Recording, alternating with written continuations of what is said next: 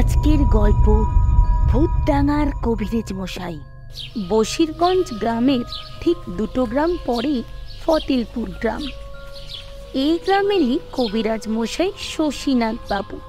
বেশ ভালোই নামডাক আছে তার। আশেপাশে কারোর কোনো শরীর খারাপ হলে গ্রামবাসীরা এক কথায় তার কাছেই ছুটে আসে। এমনই এক ঝড় বৃষ্টির রাতে, অসময়ে ঝড় বৃষ্টি, গ্রামের রাস্তাটা একেবারেই খারাপ অবস্থা।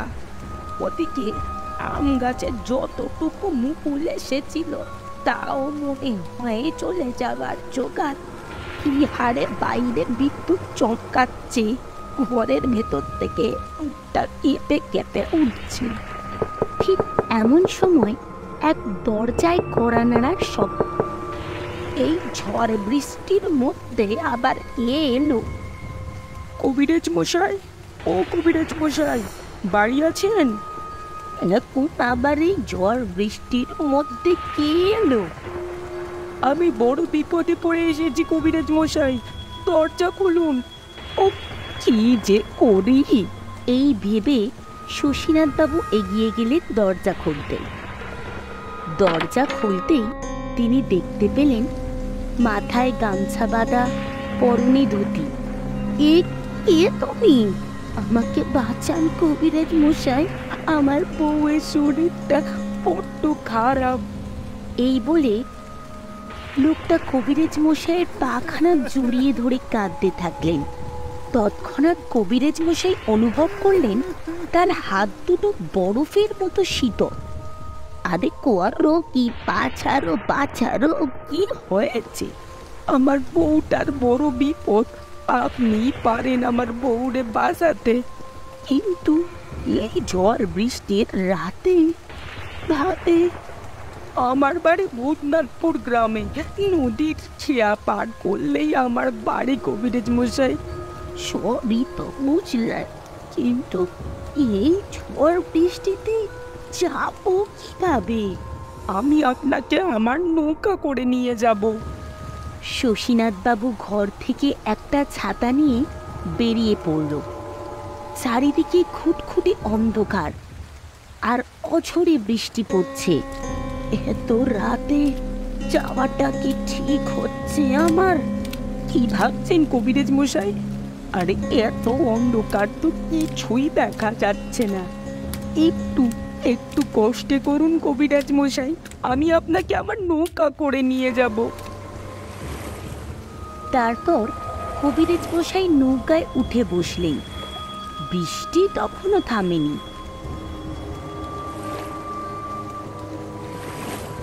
ঠিক মাঝ নদীতে এসে লোকটি কবিরাজ মশাইকে বললেন, আমার বউটা ভালো হয়ে যাবে তো কবিরাজ মশাই? না দেখা অব্দি তো আমি কিছু বলতে পারবো না।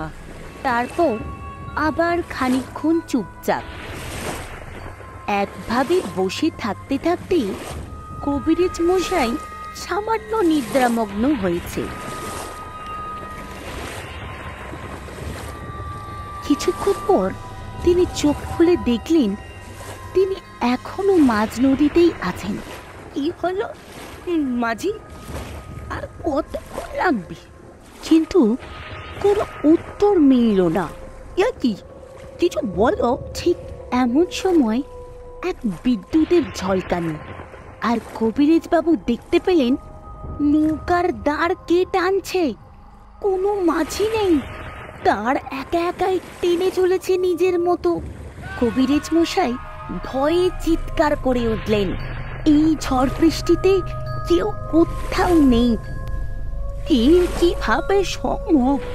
এমন সময় এক বিশাল অট্টহাসির শব্দ শোনা গেল।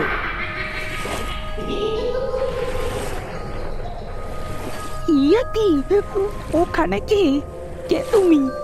ঠিক আরো একটা বিদ্যুতের ঝলকানিতে তিনি দেখতে পেলেন নৌকার দাঁড় টানছে ওকে।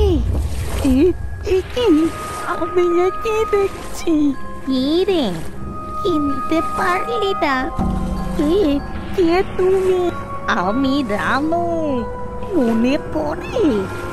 এমনই এক ঝড় বৃষ্টির রাতে তুই আমার মেয়েকে ভুল ওষুধ খাইয়ে মেরে ফেলেছিলি। আমি তোকে ছাড়বো না। না না, আপনার কোথাও ভুল হচ্ছে, আমি মারিনি। এই বলে তার হাতখানা বাড়িয়ে কবিরাজ মশাইয়ের গলাটা মটকাতে গেল। বাঁচাও, বাঁচাও, কে আছো, আমাকে বাঁচাও। কেউ বাঁচাতে আসবে না।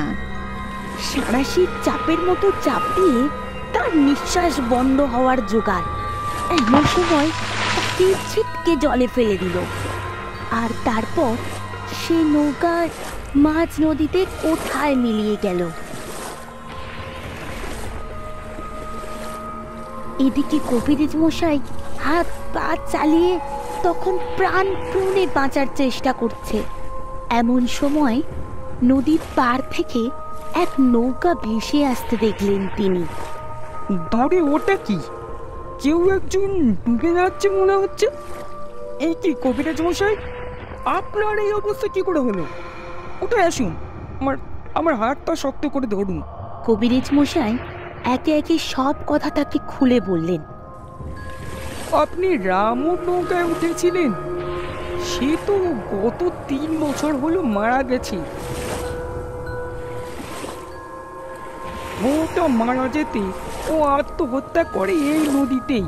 শুনেছি ভুল চিকিৎসায় তার বউ মারা গেছে। কবিরাজ মশাই, আপনাকে বাড়ি পৌঁছে দিই। সত্যি আজ আমি এক বড় বিপদ থেকে বেঁচে গেছি। আর আপনি রাতের অন্ধকারে এদিকে আসবেন না। এই ঘটনা আমার সারা জীবন মনে থাকবে। আমাদের আগের গল্পের সঠিক উত্তরদাতার নাম রোহন। ভিডিওটি যদি আপনাদের ভালো লেগে থাকে তাহলে অবশ্যই আমার চ্যানেলটিকে সাবস্ক্রাইব করবেন আর কমেন্ট করে জানাতে ভুলবেন না কেমন লাগলো। আজকের গল্পের প্রশ্ন, কবিরাজ মশাইয়ের আসল নাম কি ছিল? আজকের গল্পের সঠিক উত্তরদাতাদের নাম ঘোষণা হবে পরবর্তী গল্পে।